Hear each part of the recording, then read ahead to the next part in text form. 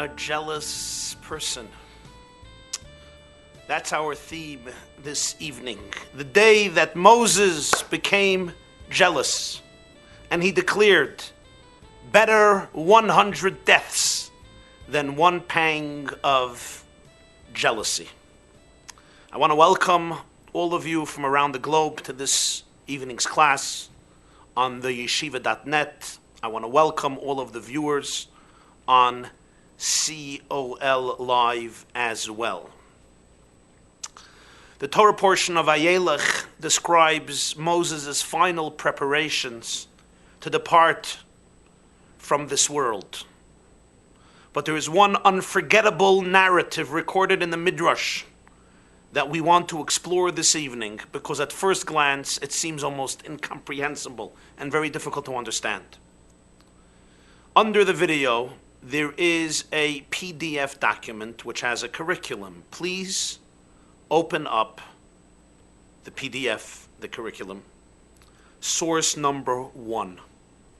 Take a look. The Torah says in Deuteronomy chapter 31, Vayelech lamed aleph pasuk yudalet. Vayomer Hashem al Moshe, God tells Moses, Hein karvu yamecha lamus. Your days have come close to death. Kras Yahishua, call Joshua, v'isyatzvu ba'oil moyed, and both of you stand in the sanctuary, in the tabernacle. Va'atzavenu, and I will instruct him. Vayelech Moshe v'Yahishua v'yisyatzvu ba'oil moyed. Moses and Joshua go, and they stand in the sanctuary. Then the Torah continues to discuss Moses' words to the Jewish people about the era after his death. But what happened between God and Joshua? That the verse doesn't say. God just tells Moses, bring Joshua, come to the sanctuary, stand here, and I will instruct him. And they do it. But what was the conversation between God and Yeshua? That the verse deletes. The verse doesn't tell us. And of course, it's these gaps that the Midrash often fills. So open up source number 2. And let us study this. In Yiddish they say Midrashic, awesome Midrash. It's actually the last Midrash Rabbi on the portion of Vayelech. Dvarim Rabba Parsha Tes Piskates 9:9. Source 2. Kras Yahishua. Amar Lefonov. Moses spoke to Hashem, to God, and he said, Ribono shel olam, the master of the universe. Yitol Yahishua archi shali va'achai. Let Joshua take my position, my kingdom, and let me remain alive. Moses, as you know, craved to live. He wanted to go into the Holy Land with the Jewish people. He beseeched and prayed and protested and pleaded and begged and cried. God said, no, no.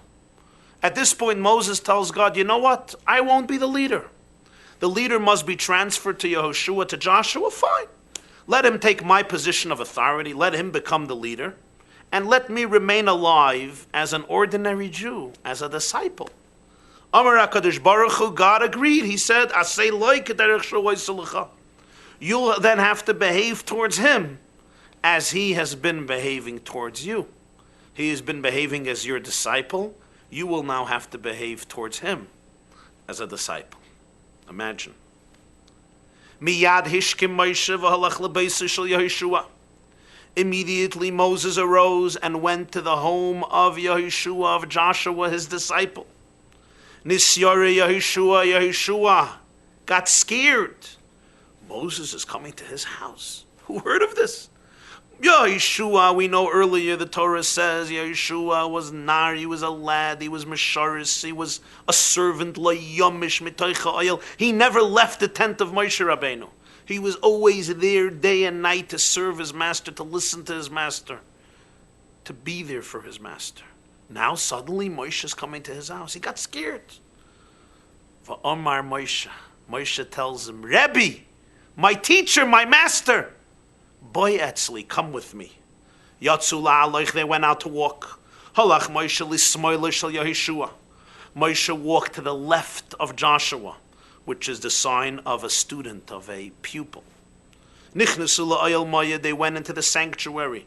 Yarad amud ha'anan v'hifsik beineim. The cloud, the pillar of the cloud came down and separated between Moshe and Yehoshua. Mishenistalik amud ha'anan. When the cloud departed and left, halach Moshe etzel Yehoshua. Moshe walked over to Yehoshua v'amar, and he told him, Ma amar lecha hadibur. What did God tell you, Yehoshua? This was the first time the cloud came down and blocked the path to Moses. And Yehoshua is the one who's hearing the voice of God. So Moshe asks Yehoshua, what did God tell you? Amar lo Yehoshua, Yehoshua told him these words. Kishahaya hadibur nigla alecha, yoideya hayisi ma medaber imach. When God spoke to you, did I know what he told you? In other words, I never knew what he told you when he spoke to you. Hence, you ought not to know what he told me. This was Yehoshua's response to Moshe. Elisha, that moment, Saak Moshe v'yamar. Moses screamed and said, Meya misois v'loikina achas. 100 deaths and not a single pang of jealousy. I'd rather die 100 times and not experience even an iota of one pang, one emotion, one sensation of jealousy, of envy of Yeshua. Ushloima mefarsha. King Solomon articulated this moment in the Song of Songs, chapter 8, when he says, Ki aza kamovis ava, kosher kasha oil sina. Love is as powerful as death. Jealousy is as harsh as the grave. Avashav Moshe Yeshua, Mashakine Moshe Yeshua. Who was King Solomon referring to when he spoke about the intensity of love and the harshness of envy? He was referring to Moses and Joshua. Love is as powerful as death was the love that Moshe loved Yehoshua. He loved him so much. And jealousy is as difficult as the grave was the jealousy that Moses experienced from Joshua at this very moment, at the end of his life, when God speaks to Yehoshua, not to Moshe, and Yehoshua refuses to tell Moshe what he heard. It's as difficult as the grave. Kivan shekibel alav lamos. When Moshe accepted upon himself to die, hischil HaKadosh Baruch Hu mefaisai. God began appeasing him. Amalei, and he told him, Chayech, I swear to you, Ba'olam hazeh in haktes bonai, afla asid lavoi al yadecha ani manigaisa. In this world you led my children. In the future world when Mashiach comes, you will also be the leader. My children will be led through you. Minayin, how do we know? Shenemar, the verse says in Isaiah, Yeshaya, Vayiskar Yemei Olam Moshe Amiu, Mashiach comes, he remembers the days of yore when Moshe led his nation, and he again will lead the nation. When Moshe accepted upon himself to leave the world, now God says, you will remain their leader when Mashiach comes. You will lead them. It's obvious that this Midrash is very, very deep. How many layers of meaning and depth are contained in this Midrash? We certainly can't exhaust it. But let's address a few points. First of all, the Midrash speaks for itself. I feel that any commentary, any interpretation simply dilutes it. It compromises it. The best way to articulate this Midrash is simply to paraphrase the words of Shlomo HaMelech. Love is as strong as death, and jealousy is as harsh as the grave. Ki aza kamavis ava, kosher kashal sina. But let us, at least from our limited perspective, touch on a few points. Number one, what is going on here? What was the nature of this jealousy?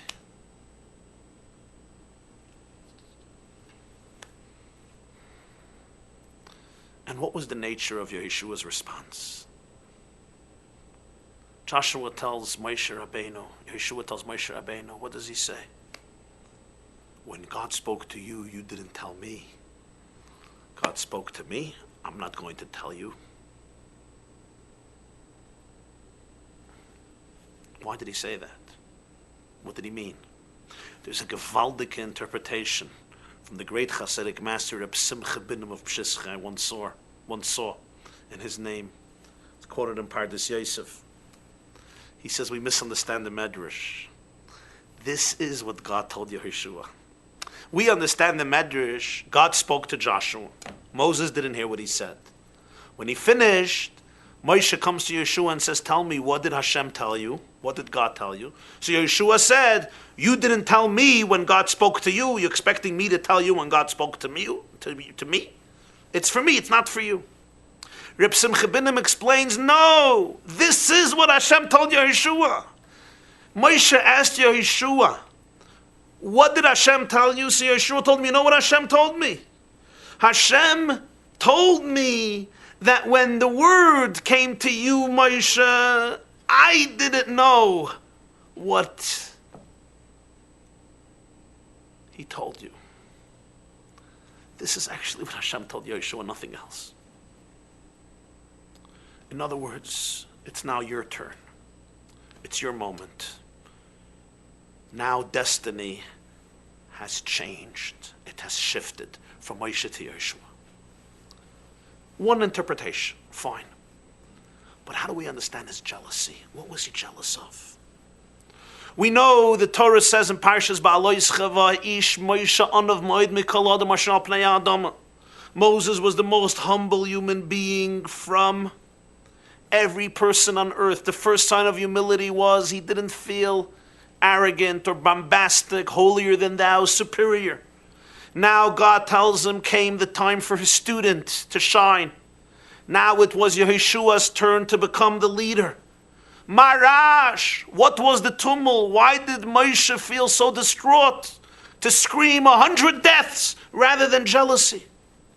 Especially the question becomes stronger. Everybody knows the question of the Alter Rebbe, Rabbi Shneur Zalman of Liadi, who asks, how is it that Moshe was more humble before every person?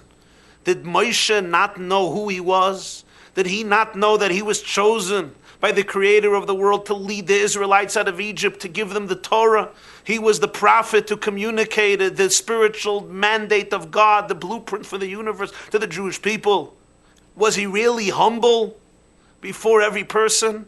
And Rabbi Shneur Zalman, the Alter Rebbe, explains that humility does not mean false assumptions about yourself. If you're tall and you say, I'm short, you're not humble, you're stupid. And if it's daytime and you say it's nighttime, that's not humility, it's a lie. Rather, it was something deeper. Moshe Rabbeinu knew his greatness, but he felt that his tremendous spiritual heights which he had reached were a result of the gifts and resources that were given to him. They weren't a result only of his own toil and effort. He simply developed and actualized talents and resources and a state of consciousness that was given to him from above. It's not his own credit. It's not his own doing. It's a gift. So he has nothing to brag about it. It's not his. It's a gift from above, and God could have given the gift to someone else. Furthermore, he felt that if someone else would have received the same gifts like he, perhaps that person would have actualized them far more effectively and would have reached greater heights than he. And therefore he felt humble in everybody's presence, because he felt maybe if they had my gifts, they would have reached higher levels in spirituality and holiness and morality than I have. That's how the Alter Rebbe explains Moshe Rabbeinu's humility. Well, now this was the point. This was the moment God gave Yehoshua the gifts that he gave Moshe Rabbeinu. Moshe should have celebrated it. Moshe should have said, great, now it's your turn. He's humble his whole life because he feels it's a gift that doesn't belong to him. Now, indeed, God transferred the gift to somebody else, and that person may actualize it even more. And yet, suddenly, Moshe is overtaken by jealousy. The question becomes even stronger. There's a story about this, isn't there? There is a story in the book of Numbers. Open up source number 3 in your curriculum, the PDF under the video. There's a story about two people who started to prophesy, Eldad and Medad, and Yehoshua responded one way and Moshe responded another way. Look at that story. Parshas Bahaloischa, the book of Numbers, chapter 11. Vayoretz Hanar, the lad ran, Vayagid LeMoshe, Vayomer Eldad and Medad misnabim b'machane. And he tells Moshe Rabbeinu, two people, Eldad and Medad, are prophesying in the camp. Vayan Yehoshua bin Nun, Vaymisharis Moshe mi Bechurav. Yehoshua, the son of Nun, the servant of Moshe from his best people, responds in Vayomer and he says, Adoni Moshe Kloyim, my master Moshe Kloyim. Incarcerate them, arrest them, lock them up, Yehoshua says. Why? How do two people have the audacity to start prophesying? Continue inside, says the verse, Vayomer Eloi Moshe. Moshe responds to Yehoshua, and what does he say? Hamekane atali. Are you jealous? Are you jealous for me? Umiyitein kolam Hashem neviim ki yitin Hashem esruchi aleim. And I wish that God would turn the entire nation of the Lord into prophets, that God would confer His Spirit upon them. You're jealous for me, you're envious for me that Eldad and Medad are usurping my position. My craving, my yearning in life is that God's entire nation becomes prophets. I'm not scared of the competition. I don't have to be the exclusive Navi. I would love that everybody becomes a Navi, that God's Spirit dwells on everybody. My mission in life is not to be this superior master, the one who hears God, and everyone therefore is subservient to Him. My wish is that everyone hears the voice of God. Umiitin kalam Hashem neviim. There's no need for you, Yehoshua, to be jealous. Here suddenly, somebody else becomes the prophet Yehoshua. And Moshe screams, better 100 deaths than one pang of jealousy. What is going on? The question grows. It's well known in the Gemara in Masechta Rosh Hashanah that there are 15 portals of wisdom. They're called Nun Sha'arei Bina. And Moses acquired all 49, missing one, known as the Sha'ar Hanun, the 50th portal. It's also connected to the 50th day after the 49-day count of the Omer between Pesach and Shavuos, Passover and Shavuos. Did he ever acquire the 50th? So the Torah at the end of Deuteronomy says that on the day of his death, Moses went up to which mountain? The mountain called Nevoi. So the Maggid of Mizrich, the pupil of the Baal Shem Tov, says Nevoi means, it's an acronym, Nun Boy. It's actually not an acronym, it's 3 letters. Nevoi, Nun Boy. That day, the 50th gate entered into Moses. So the last day of his life, he transcended the 49 parameters, the 49 attributes and faculties, and entered into the 50th portal, which is known as Keser. It's the most transcendental level which he could not incorporate during his lifetime. And this is what he reached in the last day. And when he reaches this great level, we see him overtaken by jealousy. Now you might say, the jealousy was maybe a positive jealousy.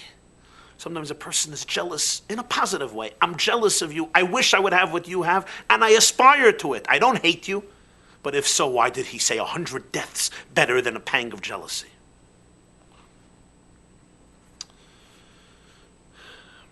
One possible explanation, based on what's discussed in many sources, I want to explore with you this evening. And for this, we have to introduce a very moving story in the Talmud, which you could see in your next source. Open up your next source.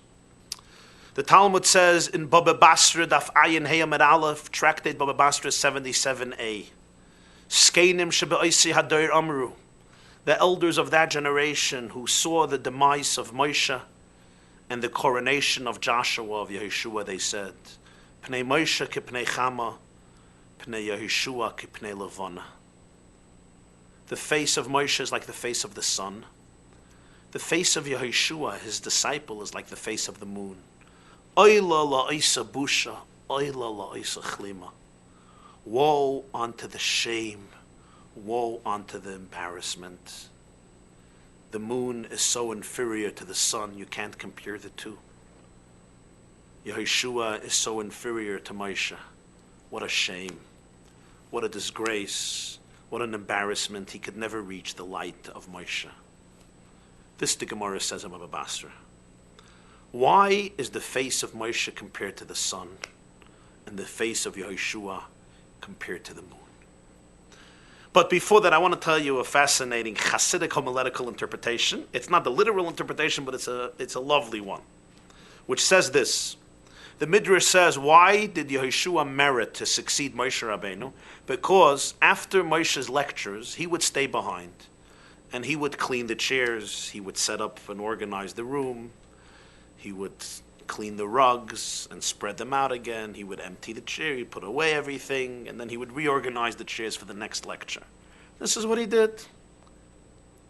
He basically cleaned up and organized, so he was there, he was committed, egoless, self-effacing, completely present, and therefore he was the one to succeed Moshe Rabbeinu.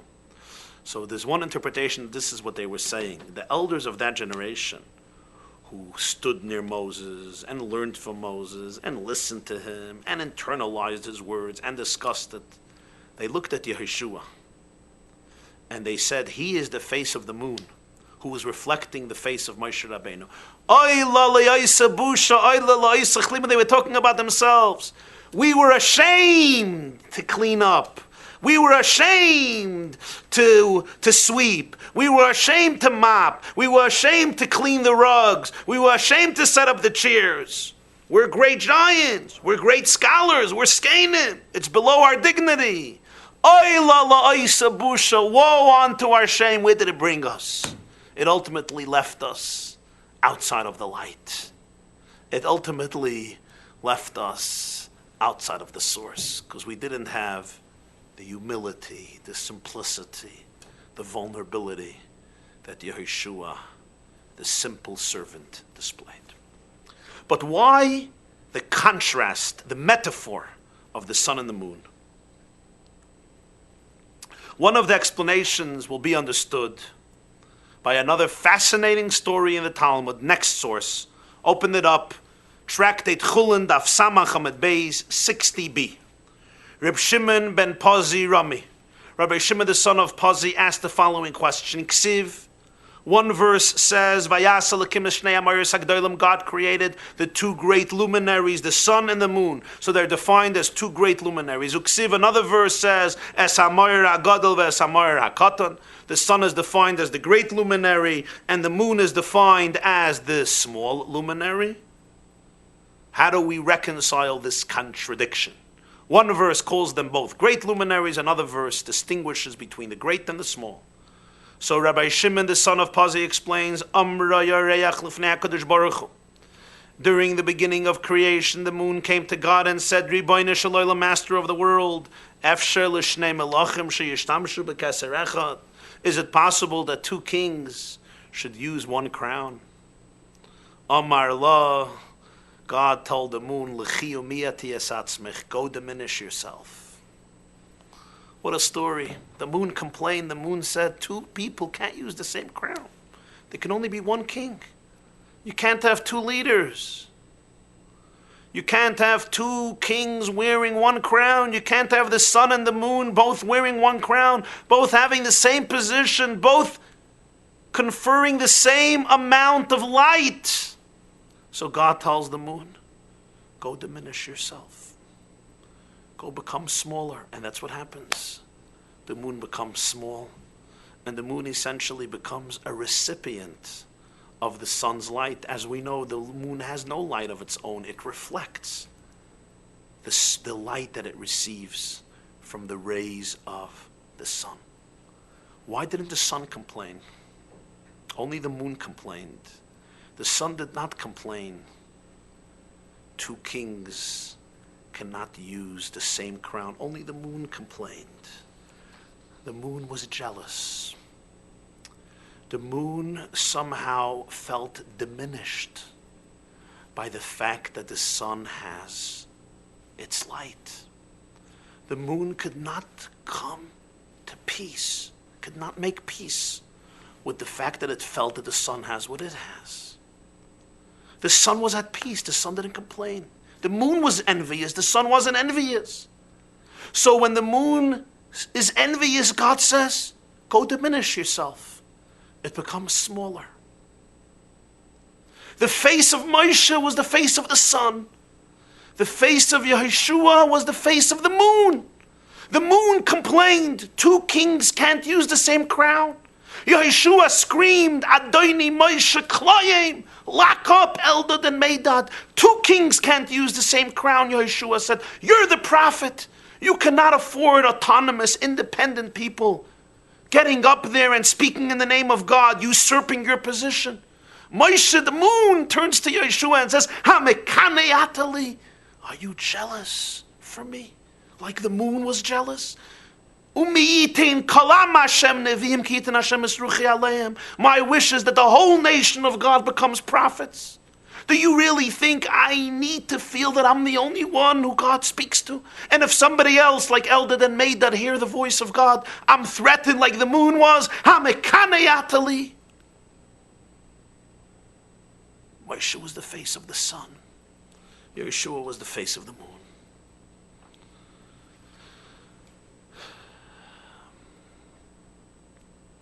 Let's take it a step deeper.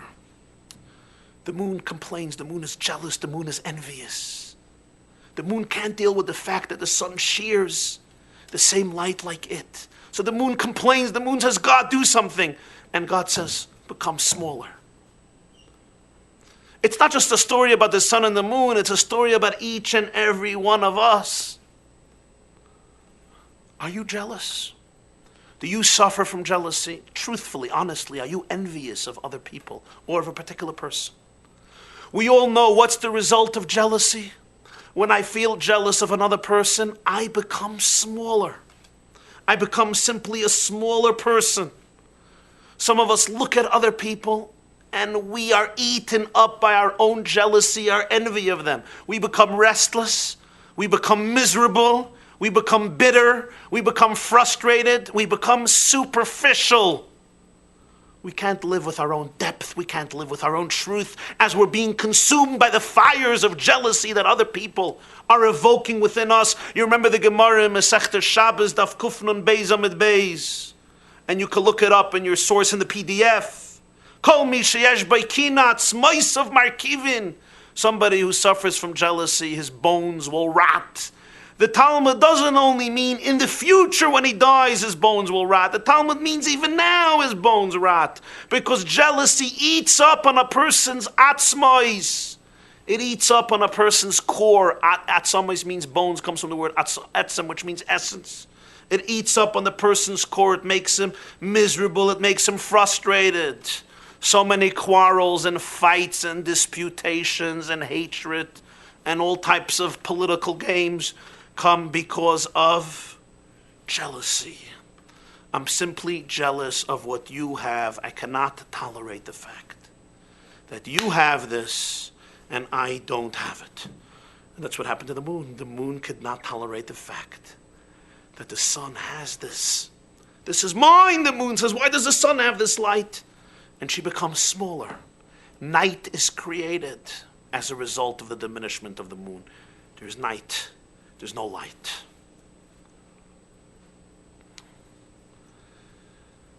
Now, Kabbalah, Hasidus, Jewish mysticism explains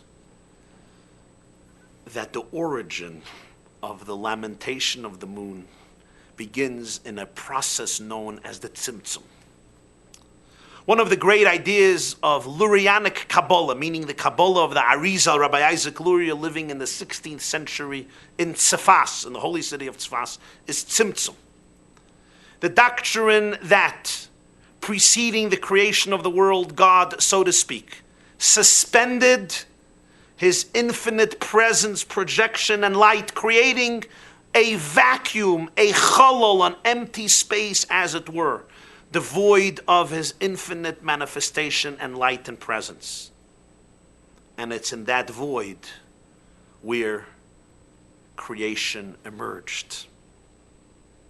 So God suspends, he conceals his light, creating an empty space devoid of his revealed presence. And it's in that empty space where all of the universes emerge. This is a major, probably one of the most foundational doctrine, if not the most foundational doctrine of the Kabbalah of the Arizal.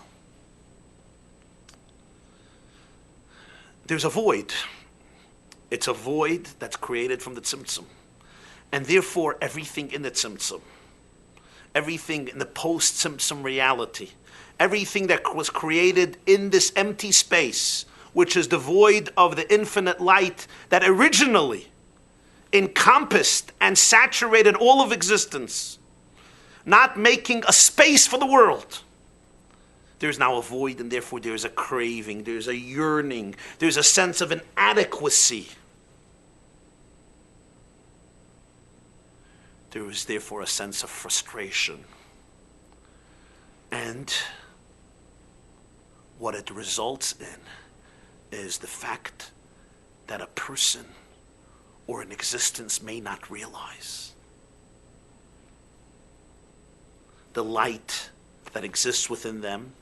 They may not realize the depth, the beauty, the godliness that exists within them, and they crave something that is by somebody else to fill that void. Now, jealousy can express itself in two ways. It can fuel longing and yearning and ambition, and therefore the desire to grow, the desire to explore, the desire to learn from somebody else, to internalize what somebody else can teach us. It's a jealousy which broadens our horizons. It's a jealousy which tells us about the fact that there is so much more than what we have. And then there is another form of jealousy that simply makes us feel inadequate, makes us upset at the other person, makes us feel worthless. Until we don't have what the other person has, somehow we are worthless. It all begins with the tzimtzum, with the void, with the lack. The truth is that we know that jealousy comes from the fact that we are not in touch with ourselves. We're not in touch with our own truth. Why are you jealous of anybody? You're you. Be you. You are supposed to be the person that you were designated to be. You have your personality, you have your talents, you have your resources, you have your flaws, you have your challenges, you have your blessings, whatever they may be. That is your nekuda, that's your truth, it's your orbit, it's your unique light. Why are you jealous of anybody? If you're fully you, if you're fully cognizant of the you, of the true I, there's no room for jealousy. There's no time for jealousy, and there's no mental space for jealousy, and there's no need for jealousy. Nobody can take away from you your nekuda, your truth, your core. It doesn't belong to anybody else, it belongs to you. But what belongs to them, it doesn't belong to you.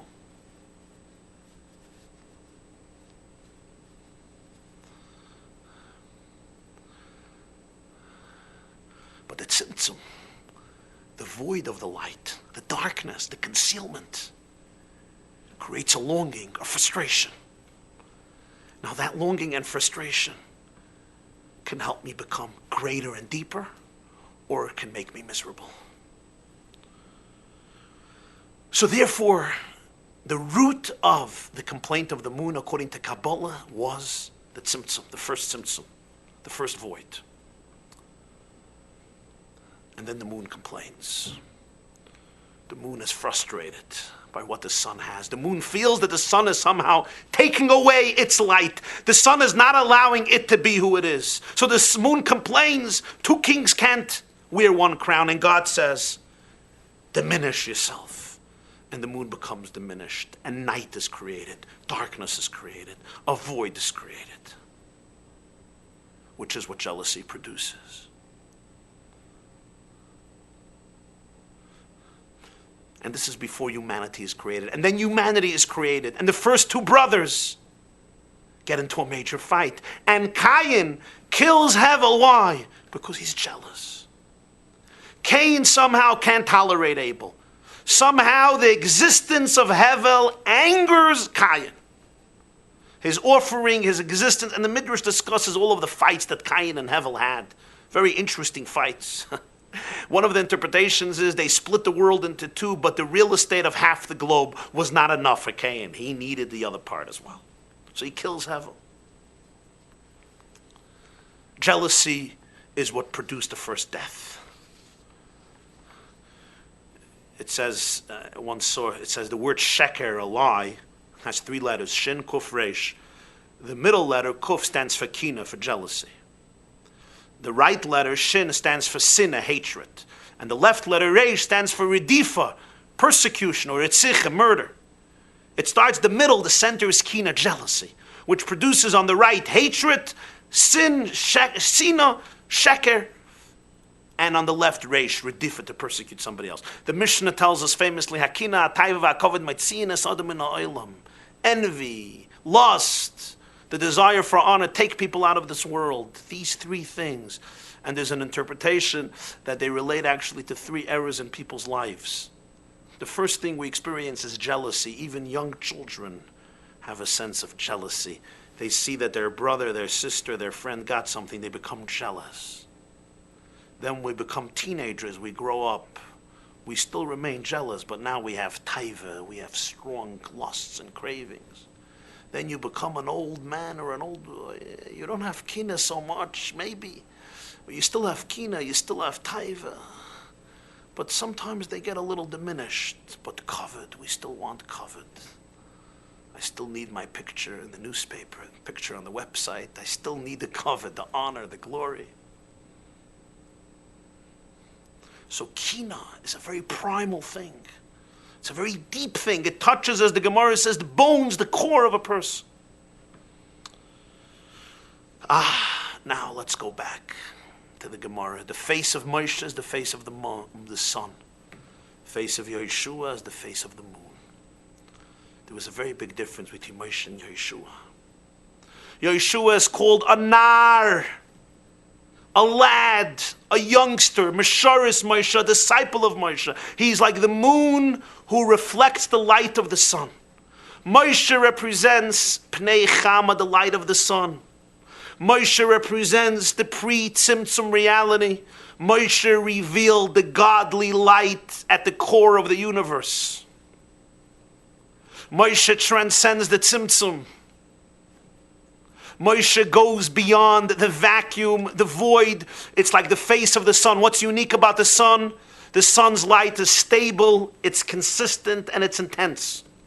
The moon waxes and wanes. The moon is smaller. The moon fills a void. The moon is a recipient. The moon's light changes. It's never in one place.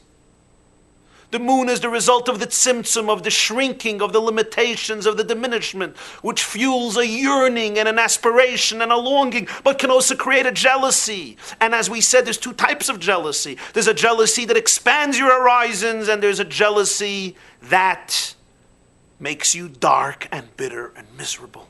There's a jealousy which tells me about how much there is to grow and helps me grow and reach my own light. This is a jealousy which connects the tzimtzum with the light that precedes the tzimtzum. It's a jealousy that tells me your longing will bring you to the place that you have to be. You have a place, you have a connection, you have a light. And the longing is just there to reveal your light. And then there's a longing that just makes me frustrated and jealous and not believe in who I am, and therefore I need to be who you are. I can't accept myself, and certainly I can't accept you. Pnei Moshe k'pnei Chama. Moshe's face is the face of the sun. Pnei Yeshua k'pnei Levana. Yeshua represents the post-Tzimtzum paradigm. Nar, Tzimtzumim, constrictions, restrictions. The Tzemach Tzedek explains in Ur HaTorah that Yeshua represents the post-Tzimtzum reality where the light is diminished and concealed and restricted. and becomes small. That's why he's called Nar.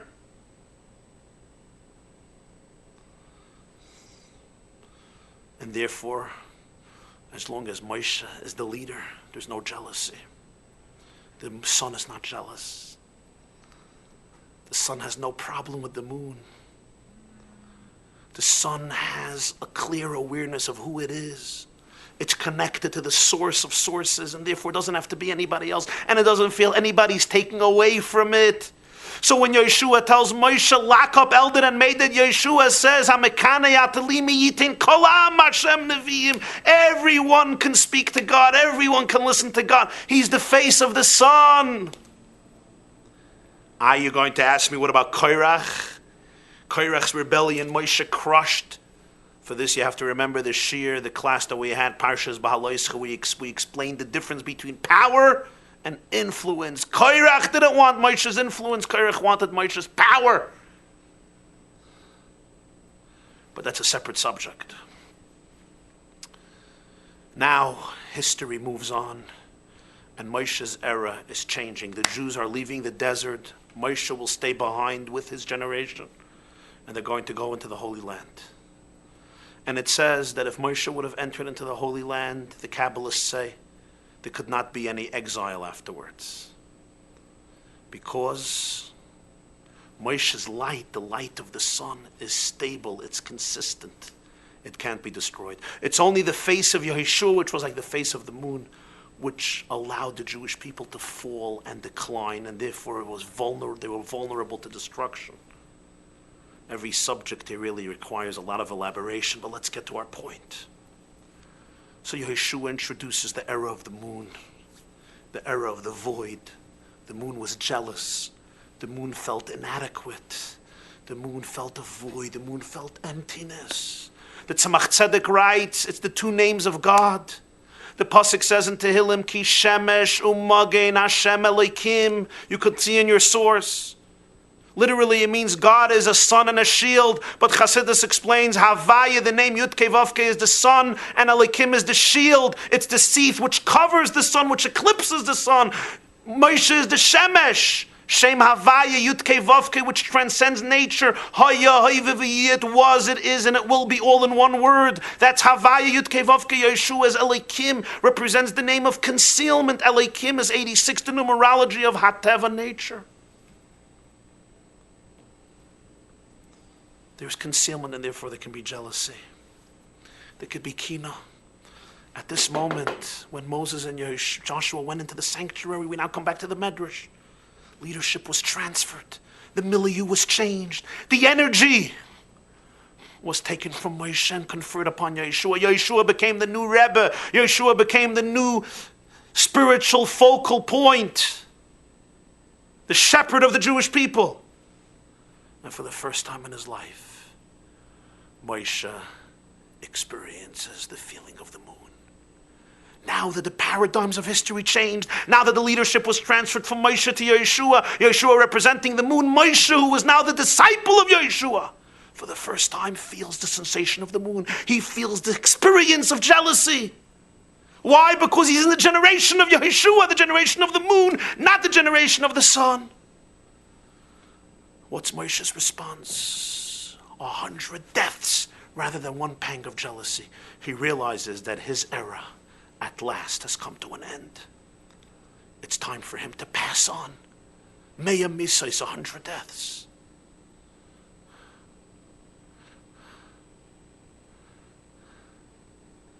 A 100. There's 10 faculties, 10 sephiros, from Chachma through Malchus. Each one of them encompasses all 10. 10 times 10 makes 100. Misa, death, represents elevation, going from this plane to another plane. Better 100 deaths than one pang of jealousy. All of the spheres of Moshe, the 10 faculties, each one encompassing 10, must be elevated. They must pass on back to their source where there's no jealousy. His era has ended. Now is the era of the moon, not of the sun. Because history changes and goes through a whole process, ultimately to heal the world and heal the Tzimtzum and bring together the sun and the moon. What does it say when Mashiach comes? What will happen? You could see in your sources, V'haya oir halavana ka'oir hachama. The light of the moon will finally be like the light of the sun. So when Moshe becomes the disciple of Yehoshua, he experiences jealousy. He was diminished from his own level and went into a new paradigm. Suddenly, that's the moment God appeases him. Back to the Midrash. Why now? Moshe became jealous and says, I want to die. So God says, okay, I'll appease you. No! When Moses realizes it's the end of his era, now Hashem tells Moshe, and he says, now you're not going to live. But I want to promise you, as we saw in the Midrash, I want to promise you that when Mashiach comes, you're going to be the leader. V'haya oir halavana ka'oir hachama. The light of the moon will be like the light of the sun. And therefore you're going to lead the Jewish people. The face of the sun will lead the Jewish people. As there will be healing, complete unity between the sun paradigm and the moon paradigm, between the pre-Tzimtzum reality and the post-Tzimtzum reality. That we in our world and within our structure will realize how the void and the longing is only another expression of the light. It allows us to get where we have to get and discover our own relationship to truth, our own relationship to God. It's also another form of light. It's the light that's expressed through the moon, through the Tzimtzum. You will be the leader. This wasn't an appeasement because Moshe said, okay, I'll die. So God said, let me make him feel good. It was a natural response to Moshe Rabbeinu's feeling, to Moshe Rabbeinu's declaration. There's a tremendous lesson here for each and every one of us. First of all, let me tell you a statement that they say in the name of the Chidushei Harim. Chidushei Harim, Rabbi Yitzchak Mordechai was the first master of the Hasidic dynasty of Ger. He asks a question. We all know the Talmud says, you could see it in your sources, Ba'koil adam iskane chutz mibnei v'talmidei. People are envious of everybody besides a child and a student. When you see your child growing and becoming great, you feel happy, and the same is true with a real disciple of yours. So why was Moshe jealous of Yehoshua? So the Chidushei Harim says, so they quote in his name, you're not jealous of your child or of your disciple if they succeed tremendously in their respective fields or even in your fields. But when they usurp your position, then even your own disciple you can get jealous of. And even your own child you can get jealous of. If they take away your job and force you into retirement, then even a father and a Rebbe can get child of their own student and their own son. There's another major insight I think we have to apply here. And now I'm applying it to us on our level. And that is sometimes some of us, we get older, we grow up, we think we're mature, we found ourselves, and we say, we're beyond jealousy. I'm beyond jealousy. You know, when I was young, I was stupid, I was not so successful, I was maybe jealous of him, of her. But now I'm beyond that. Moshe Rabbeinu is 120 years old. And yet, didn't deny that feeling when it came and said, better 100 deaths than one pang of jealousy. How honest do we have to be with ourselves to challenge our jealousy, to work on it, to revisit it and try to refine it and not let it hold us hostage and victims to it, because it only makes us so much smaller, as it did to the moon. I want to conclude with the story. The fourth Lubavitcher Rebbe, Rabbi Shmuel, the Rebbe Maharash, had two sons. He had more, but the story is about two sons. His oldest son was Zalman Aaron, known as the Razah, and his middle son was Shalom Doiv Ber, later became the Lubavitcher Rebbe, the Rebbe Rashab. The Rashab was younger than the Razah, but taller than he. And once they were playing in the garden, and the Razah, Zalmanaran, the older boy, takes his younger brother, Shalom Ber, and places him in a ditch. So their father, Reb Shmuel, the Maharash, calls over his oldest son and he says, why did you take your little brother and put him in a ditch? And he says, Father, because I am older than he, and yet he is taller than I am. It's unfair. It's unjust. If I am older, I should be taller. So by putting him in the ditch, I simply straightened out the world. I simply brought things back to their equilibrium, the way they should be. I ought to be taller, he ought to be shorter. I put him in a ditch. And his father told him, Zalmanaran, next time if you want to feel taller, stand up on a chair. Don't put your brother in a ditch. Next time you want to feel taller, elevate yourself. Don't denigrate somebody else.